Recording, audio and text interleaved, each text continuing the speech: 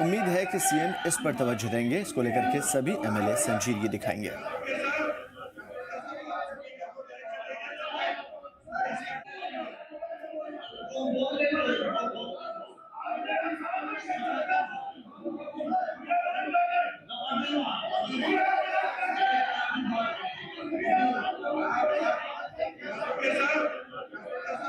On state, 70% of the population is young, और we are suffering worst sort of unemployment. करीब 32% नौजवान इस वक्त बेरोज़गार है उस वक्त। और जब एक ऐसी रिजर्वेशन पॉलिसी है जब रोज़गार के लिए आपके पास कोई उम्मीद ही नहीं है, उस वक्त हम गवर्नमेंट को ये याद दिलाना चाहते हैं कि आपने कहा इंडस्ट्रियल रेवोल्यूशन आएगा, इंडस्ट्रियल पॉलिसी बनेगी। आज 1.5 साल हुकूमत को हुए हैं, कोई इंडस्ट्रियल पॉलिसी ही नहीं है और कोई ऐसा स्कीम नहीं है, कोई ऐसे प्रोग्राम्स नहीं है, कोई ऐसी पॉलिसी नहीं है जिससे आप एक नौजवान को बोल सकते हैं कि आपको इस इंडस्ट्रियल प्रोग्राम में या इनिशिएटिव में कोई इंसेंटिव मिलता है। There are no incentives today in Jammu and Kashmir for starting an industry unit. There are no incentives in Jammu and Kashmir for starting a startup. That's what we try to raise कि उस policy को roll out करिए, incentive दीजिए और नौजवानों की hand holding होनी चाहिए। जम्मू कश्मीर रिकन्सिलेटरी बिल जो पीडीपी ने टेबल किया है या पेश किया है इस सेशन में, गर्ज ये है कि जम्मू कश्मीर में पिछली 30 साल की वायलेंस में लोगों को बहुत तकलीफ़ हुई है। कुछ लोगों ने बच्चे खोए, कुछ ने माँ बाप खोए, कुछ ने अपने जिस्म में कई मतलब इंसिडेंट्स हुए हैं। They have lost their body parts, eyes in Kashmir when it comes. So people need to heal and this is a time post violence reconstruction programme की ज़रूरत है कि जम्मू कश्मीर की आवाम को लगे कि हमारे ज़ख्मों पे मरहम रखा जा रहा है। और सरकार को वो एक सिविलियन प्रोग्राम होना चाहिए, सिक्योरिटी प्रोग्राम नहीं। इसी चीज़ को नज़र में रख के पीडीपी की जो फिलॉसफी भी रिकन्सिलेशन की है, हीलिंग टच की है, उसको रिवाइव करने की कोशिश हमने की और इस ऐवान में एक बिल सबमिट किया है। हमें उम्मीद है उसमें हर फिक्र ख्याल के लोग सपोर्ट करेंगे। This is a bill to heal the people, this is a bill to end violence and trauma in Jammu and Kashmir. This is the bill where you are reporting that 46% of the population is under depression in Jammu and Kashmir. तो उस मुद्दे को address करने के लिए हमने कोशिश की इस चीज़ को ऐवान में लाया जाए। हमें उम्मीद है इंशाल्लाह इसका बिल है पीडीपी की तरफ से वो इस सेशन में उठेगा। इट्स इंटैक्ट, लास्ट टाइम नहीं उठा, बट हमारी कोशिश रहेगी कि डेली वेजेस के मसाइल को हल किया जाए। उनके रोज़गार के जो मसाइल है, रेगुलराइजेशन के जो इशू है, लेजिटिमेट इशूज़ है, and it's not about regularisation, it's also about dignity of the employee जो एमरजेंसी में, हेल्थ में, पीएचई में, इरिगेशन में हमारे इमरजेंसी सर्विस को चलाते हैं। शुक्रिया। पीडीपी सदर महबूबा मुफ्ती ने भी मीडिया के सामने बेरोजगारी का मुद्दा उठाया और कहा कि श्रीनगर शहर खास में रहबर तालीम के तर्ज पर पढ़े लिखे नौजवानों को नौकरी से जोड़ा जाना चाहिए। गुजारिश मरकजी सरकार से, होम मिनिस्टर साहब से मैं उनसे गुजारिश करना चाहती हूँ, जम्मू कश्मीर के हजारों नौजवान जो है अंडर ट्रायल है, जिनका ट्रायल नहीं चल रहा है, जो मुल्क के दूसरे जेलों में हैं, या तो उनको जमानत दे दीजिए या उनको कश्मीर ट्रांसफर कर लीजिए। मतलब इंसानियत का कोई तकाजा भी है। तो मैं तो हाई कोर्ट गई हूँ, मुझे उम्मीद कि हाई कोर्ट के बाद हम सुप्रीम कोर्ट भी जाएंगे, मगर जो परी महल जैसी जगहों पे वारिया जाए अत पज सरकारस खास ध्यान दिन ताकि यम हेकन अत लायक गसित कि बाहर से टूरिस्ट आए और अपनी शादियां इन जगहों पे करें और यहाँ एक बहुत बड़ी आमदनी का जरिया बन सकता है। क्योंकि जब वो आएंगे खाना भी यहीं का बनाएगा, डेकोरेशन भी यहीं का बंदा करेगा, तो उससे यहाँ जो है मुझे लगता है कि श्रीनगर बिल्कुल श्रीनगर मज गए तम से वारिया फर्क। मैं वो गोडे कि ये अनएम्प्लॉयमेंट वारिया ज्यादा, ये सारी लुकन यह दुकानदारी वुकानदारी पे या संडे मार्केटस पे चलान। इसलिए मैं गुजारिश चीफ मिनिस्टर साहब की स्किल डेवलपमेंट करू सा तुम एक कोर्स करवा दीजिए 6 महीने 8 महीने का, सिर्फ एक्सक्लूसिव शहरी खास खतर। बेम जन कॉलेज तिम करू कनेक्ट स्किल डेवलपमेंट सेंटर से। और उससे भी बड़ी बात जो मैं कहना चाहती हूँ कि यम सात रहबर तालीम गामन हंद खतर करे स्कीम, यम वनकस लक्ष बदी नौजवान वनकस तिम पन रिजिक कमान। शहर श्रीनगर के लिए पजे 100% लिटरेसी, यानी 100% लिटरेसी होना चाहिए। उसके लिए यहाँ के नौजवान लड़के लड़कियों को एम्प्लॉय किया जाना चाहिए रहबर तालीम के पैटर्न पे। उससे मुझे उम्मीद है कि श्रीनगर अमिच अनएम्प्लॉयमेंट अमिच बेरोजगारी सह वारियास हदस तान एड्रेस गसित।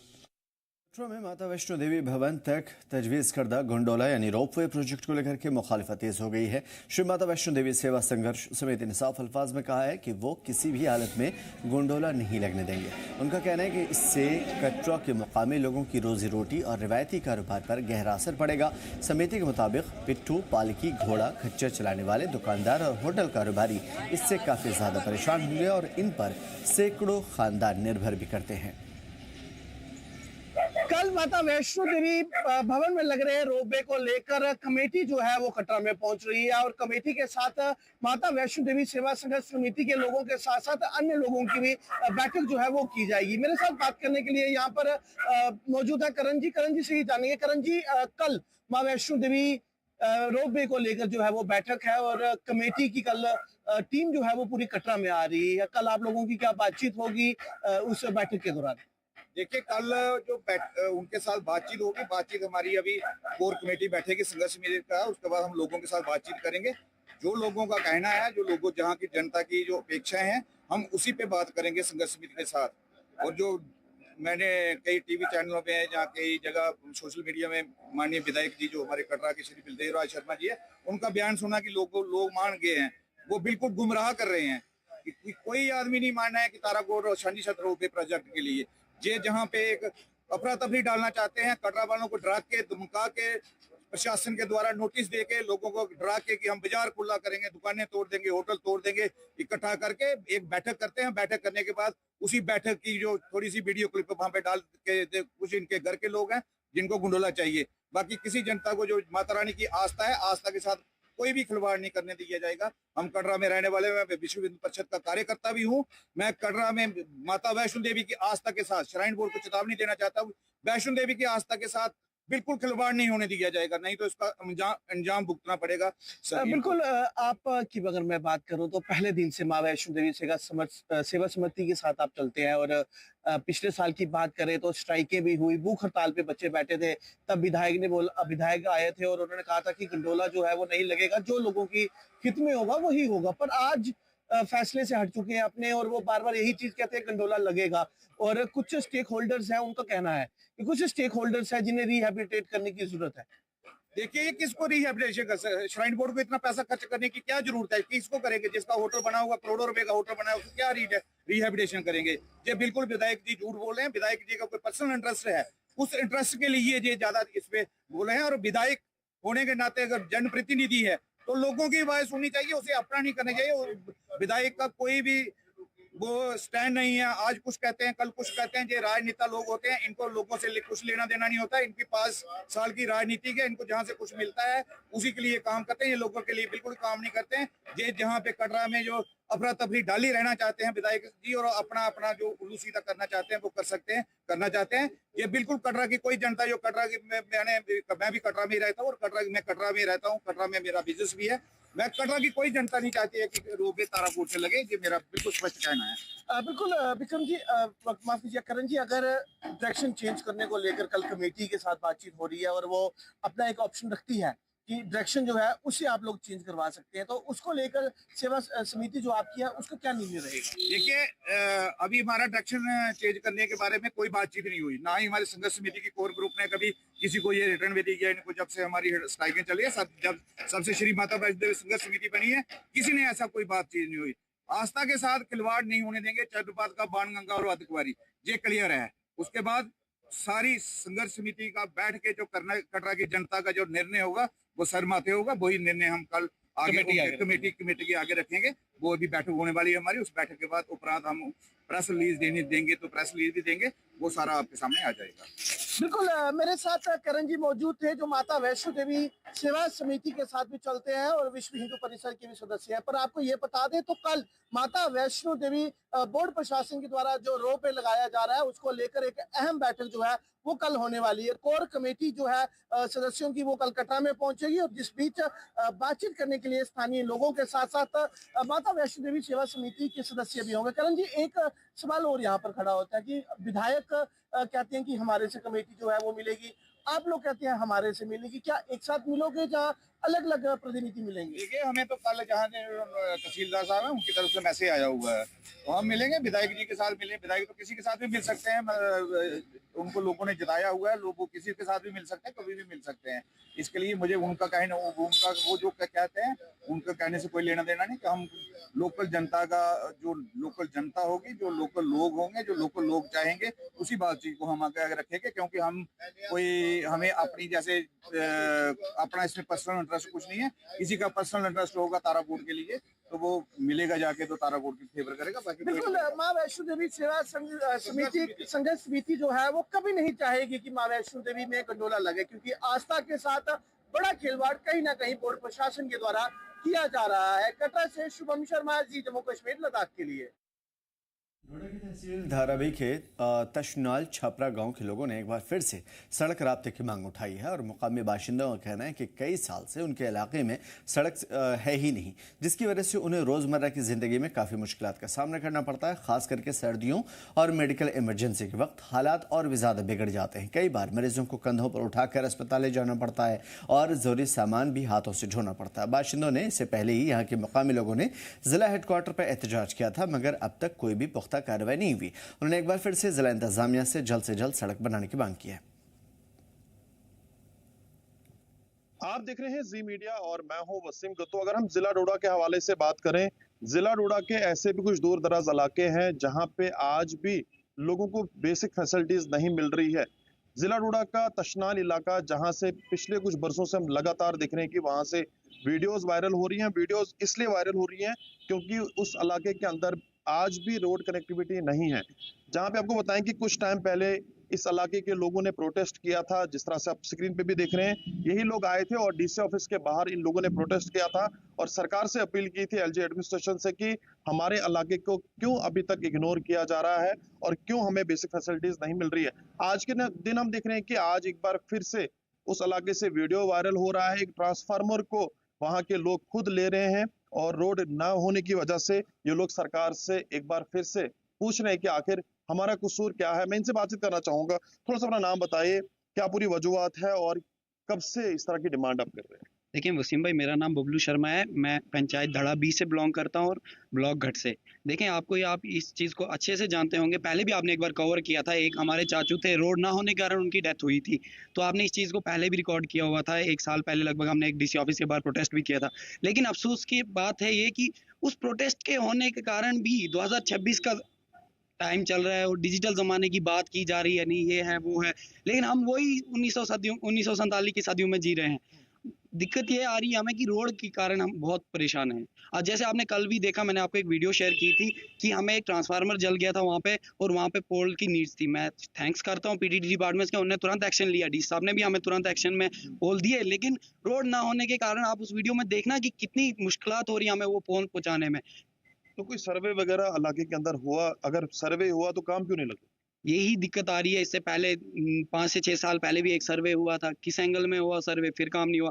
अब रिसेंटली पीछे 5-6 महीने पहले एक पीएमजेएसवाई के थ्रू सर्वे हुआ है, लेकिन हम उससे भी रिक्वेस्ट करते हैं एडमिनिस्ट्रेशन की, उस सर्वे को थोड़ा प्रायोरिटी पे लेके चलें और हमें रोड की जरूरत है। इस रोड को थोड़ा जल्द से जल्द अगर हो पाए तो कंसर्न डिपार्टमेंट से कभी बात की? उनका क्या मानना है? जी, कंसर्न डिपार्टमेंट से बात होती है हमारी, लेकिन वो कहते हैं हमने अपनी तरफ से डीपीआर भेज दी, अब फंडिंग होगी रिलीज तो तभी हो पाएगा। तो मेरी सरकार से भी रिक्वेस्ट है कि थोड़ा इसको प्रायोरिटी में देखें। और अगर जैसे शक्तिराज परिहार और मेरे एमएलए 52 के हैं या 52 के महराज साहब हैं, वो तो अभी अंदर हैं, तो एडमिनिस्ट्रेशन से हमारी गुहार होगी कि आप इस चीज़ को देखें और थोड़ा हाईलाइट करें। थोड़ा सा अपना नाम बताइएगा और कितनी ज्यादा परेशानी है। और बेसिक फैसिलिटीज के लिए हम देख रहे हैं कि आज भी हमारे फलांग एरियाज हैं, ऊपरी इलाके हैं, वो तरस रहे हैं रास्तों के लिए, बिजली के लिए, पानी के लिए। मेरा नाम एजाज हुसैन, मैं दड़ा बी से बिलोंग करता हूँ। मैं एक सोशल एक्टिविस्ट हूँ। तो काफ़ी टाइम से हमारी मांग रही है एडमिनिस्ट्रेशन से भी, गवर्नमेंट से भी, कि चापड़ा तशनाल का जो रोड है, काफ़ी टाइम से उसका इशू चल रहा है। कभी फॉरेस्ट डिपार्टमेंट का इशू आया उसमें, कभी उनने बंद कराया उस काम को। 1-2 बार तो उस पर टेंडरिंग भी हुई थी। पहले एक बार हुआ था उसका टेंडरिंग थी 500 मीटर टोटल निकली थी। उसके बाद फिर से टेंडरिंग हुआ तो निकला फिर कुछ मीटर। फिर उसके बाद जंगलात डिपार्टमेंट ने उसको बंद किया। बंद करने के बावजूद अभी भी वो रोड वैसे की वैसे ही पड़ी है। ये इलाके की पॉपुलेशन कितनी है, जिस इलाका जो तशनाल वाला इलाका? देखिए तजनाल में इस वक्त अगर देखा जाए तो कम से कम 1000 से प्लस है, क्योंकि चापड़ा भी उसके साथ टच में है, जुड़ता है। चापड़ा और तजनाल तो बिल्कुल नज़रअंदाज आज का नहीं, पिछले मुझे लगता है कि 1947 से आज तक, चाहे वो किसी भी लिहाज से देखा जाए, अगर वो रोड के लिहाज से देखा जाए वहां से भी महरूम रखा गया है। अगर डिस्पेंसरी देखा जाए वहां पे तो वो भी फैसिलिटी वहां नहीं है। ऊपर से वहां पे वीडीसी कमेटी जो हमारी है, वहाँ जो हमारा पहरा कर रहे हैं, रात दिन मेहनत कर रहे हैं, उनका भी कोई देखभाल नहीं है वहाँ पे, कोई फैसिलिटी। अगर कोई रात को कोई बीमार हो जाता है तो उसको जब तक हम रोड पे पहुंचाते हैं तब तक उसकी डेथ हो जाती है। या कोई हमारी बहन या हमारी माँ होती है तो अगर उसको रोड वहां से उठा के रोड पे लाना होता है, डिस्टेंस कितना है रास्ता और जो इलाका है? अगर नीचे से हमने ऊपर जाना होगा तो 6 किलोमीटर का डिस्टेंस बन रहा है उसमें। वैसे भी वो रोड जहाँ से निकल रहा है उस वहां से भी 6 किलोमीटर का डिस्टेंस बन रहा है। कोई बीमार वगैरह होता है उसको चारपाई का इस्तेमाल करना पड़ता है? चारपाई का कभी पालकी में उठाना पड़ता है उसको, तो जब तक उसको रोड के अंदर लाया जाता है तब तक उसकी डेथ होती है। तो सरकार से क्या अपील करना चाहिए? देखिए सरकार से हमने बार बार गुहार लगाई कि जनाब चापड़ा और तजनाल की जो रोड है उसको फर्स्ट प्रायोरिटी पे लिया जाए, ताकि वहाँ की लोग भी जी पाएंगे। नहीं तो वहाँ का जदीद दौर में, इस डिजिटल जमाने में आज भी हम देख रहे हैं कि तशनाल इलाके और चापड़ा इलाके के लोग आज मीडिया के सामने एक बार फिर से आए और सरकार से अपील की आखिर कसूरवार हम लोग अगर है तो बताए, मगर अगर हमारे इलाके के अंदर रास्ता नहीं है तो रोड कनेक्टिविटी इस इलाके के अंदर काफी जरूरी होना है। जिस तरह से ये लोग बार बार अपील कर रहे हैं, और इससे पहले भी इन लोगों ने जरूर धरना प्रदर्शन डीसी ऑफिस के बाहर किया था और सरकार ने जरूर इनकी तरफ तवज्जो दी थी, जिला इंतजामिया तवज्जो दी थी और इनसे वादा भी किया था कि जल्द से जल्द आपके इलाके के अंदर रोड कनेक्टिविटी पहुंचेगी। मगर आज भी अब दिख रहे हैं कि इस इलाके के अंदर रोड कनेक्टिविटी ना होने की वजह से ये लोग जो है काफी ज्यादा सफर हो रहे हैं। तो उम्मीद है एडमिनिस्ट्रेशन से है कि जल्द से जल्द इस इलाके की तरफ तवज्जो दे ताकि ये लोग भी राहत की सांस लें। जी मीडिया के लिए वसीम गुत्तू, डोडा। हाउस बोट मालिकों ने इल्ज़ाम लगाया है कि झेलम नदी में रेत माफिया उन्हें हमला करने और उनकी हाउस बोट जलाने की धमकियां देते हैं। पिछले कई साल से रात के वक्त में एलडी हॉस्पिटल के पास रेत निकाली जा रही है, जिससे सयाहों को परेशानी होती है और उन्हें सुबह जल्दी उठना पड़ता है और इसकी वजह से हाउस बोट कारोबार पर असर पड़ा। हाउस बोट ऑनर्स एसोसिएशन के चेयरमैन मंजूर पख्तून ने कहा कि उन्हें नहीं पता कि ये खुदाई कानूनी है या गैर कानूनी, लेकिन अगर रेत निकाली जा रही है तो दिन में निकाली जाए। उन्होंने बताया कि कई शिकायतों के बावजूद अब तक कोई कार्रवाई नहीं हुई। सैंड का मसला है, जो वहाँ जालिम से सैंड निकाला जाता है, ये बड़ा ग्रेव इशू है, सीरियस कंसर्न है। हमारे जो हाउस बोट ऑनर्स वहाँ पे रहते हैं, दोनों साइड ऑफ रिवर जालिम, रात के वक्त ये एक्सरसाइज की जाती है। जो उनकी फैमिलीज हैं या कोई टूरिस्ट होता है वो भी घबरा के चला जाता है, भाग जाता है, उनकी रोजी रोटी पे भी असर पड़ती है। और रात के टाइम पे ऐसा माहौल बन जाता है कि हाथापाई तक भी लोग आते हैं। सीरियस इश्यूज भी कुछ हमें देखने को मिले हैं, जैसे मतलब गाली गलौज भी हुई है, थ्रेटनिंग्स भी हुई है। कुछ वहाँ पे जो इनके लेबर्स होते हैं शायद वो ये करते होंगे, कुछ मैनेजर्स वो वहाँ पे अपॉइंट करेंगे, उनको वो तनख्वाह देंगे। ये उन्होंने बोला था कि वो एक डिसिप्लिन वहाँ पे रखेंगे, वो भी फिर देखने को नहीं मिला है। अगर आप जहलम की भी हालत देखेंगे, दोनों साइड से बंड निकल गया है। एक तो पिरजू के पास है, पहले राजबाग में भी था, ये भी एक सीरियस कंसर्न है। मेरा नाम जावेद अहमद है, मैं एक लोकल हाउस बोट रहने वाला हूँ यहाँ रिवर जालिम में।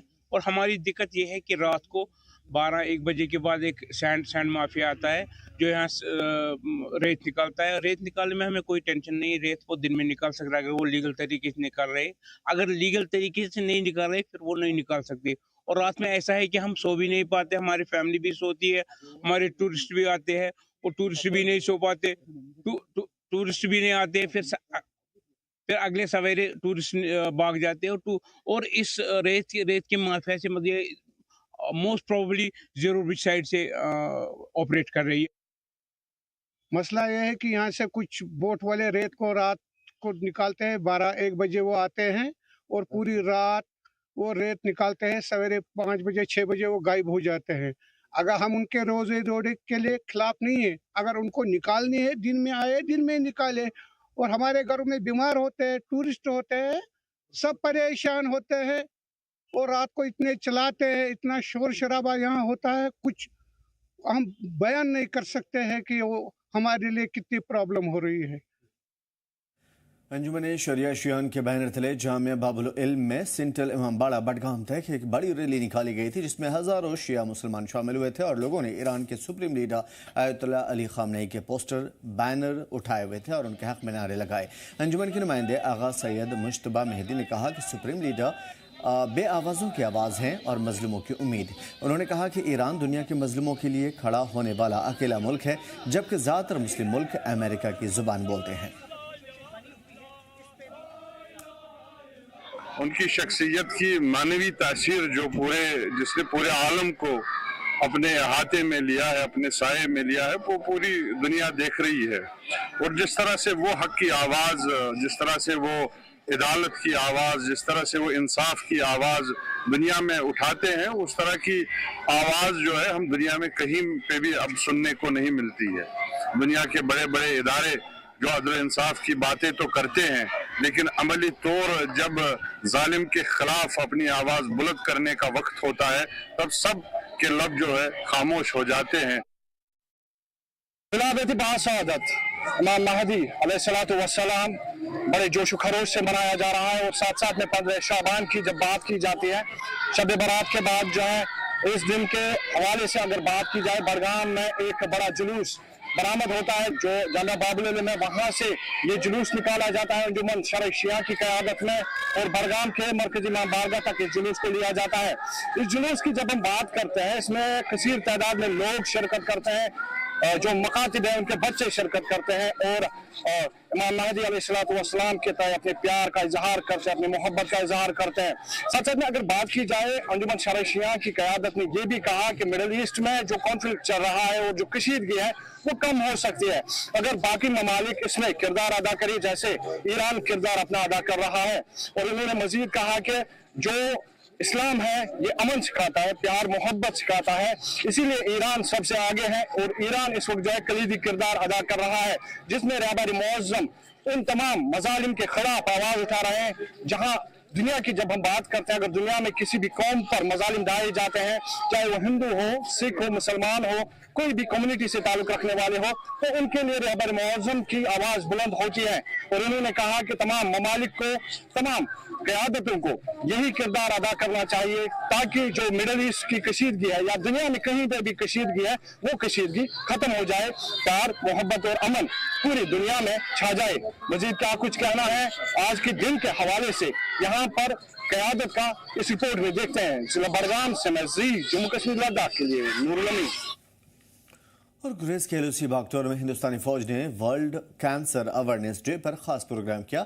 फौज के डॉक्टर्स के नौजवानों को बताया कि तंबाकू, गलत खुराक और कम जिस्मानी हरकत कैंसर के खतरे को बढ़ाती है। उन्होंने वक्त पर जांच, सेहतमंद जिंदगी और शुरुआती पहचान की अहमियत पर जोर दिया। इसको फटाफट लेके एक बार कैंसर का स्क्रीनिंग जल्दी करोगे।